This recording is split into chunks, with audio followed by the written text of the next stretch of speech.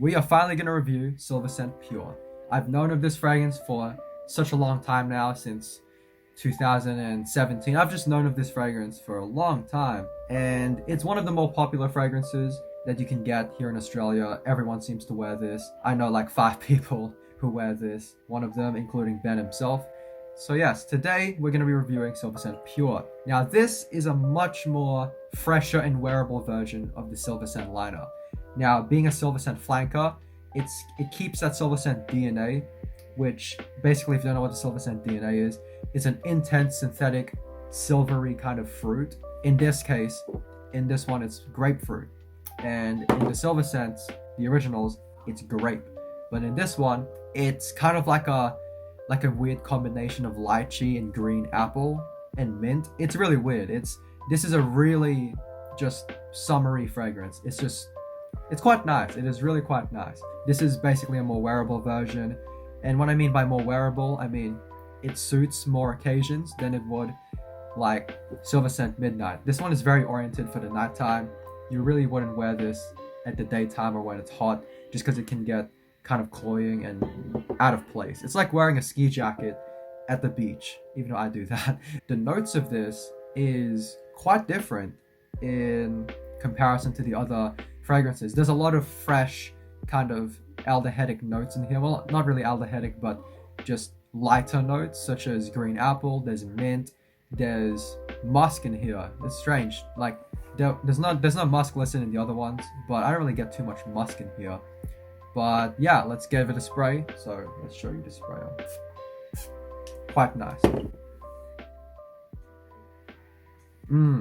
Nice. So yep, that original Silver Scent is kind of in the background because it does have very similar notes, so you can kind of pick up on that. But right off the bat, green apple. There is a lot of green apple in this. But it's not just green apple, it's like mixing in. So you got a green apple, you got a lot of that mint to give it this cold, very fresh, fruity.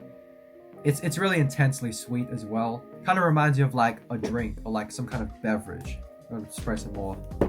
There's a good amount of that citrus in here as well, though not too much. So yes, mainly what you're going to be getting in the opening is a bunch of Granny Smith apple, the green apple, and mint. The nutmeg is quite prevalent in here as well, just has a tiny bit of spice, but not too noticeable, but it is there. And very noticeably too, there is a lot of that orange blossom. Now, the orange blossom to my nose doesn't come out until the dry down, but it is prevalent in the opening. So yes, the opening is just really nice and cold, fresh, energizing. It's nice. It's a nice opening. Really fresh, really just fruity, cold, energizing. It's nice. This would be really well for the beach, for the summertime. It's nice. Well, while that dries down, I think it's a good time to talk about the performance on this. But for me, this one it's pretty good. You know, projection is great for the first few hours, but it doesn't really last as long as I'd expect it to, especially being a Silver Scent fragrance.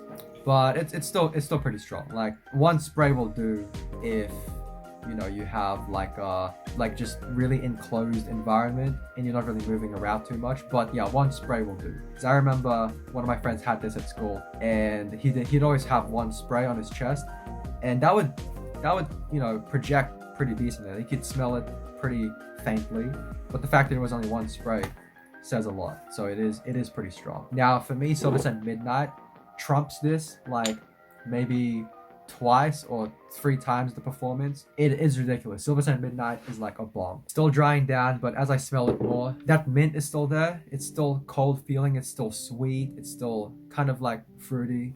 But that orange blossom is slowly coming out, giving it a thick, kind of creamy vibe to it. Because orange blossom, it comes across as a bit creamy in a way. Like I've had orange blossom, like the actual plant, and it actually smells quite good. You know, plasticky, creamy, kind of floral smell, a bit sweet. It's nice.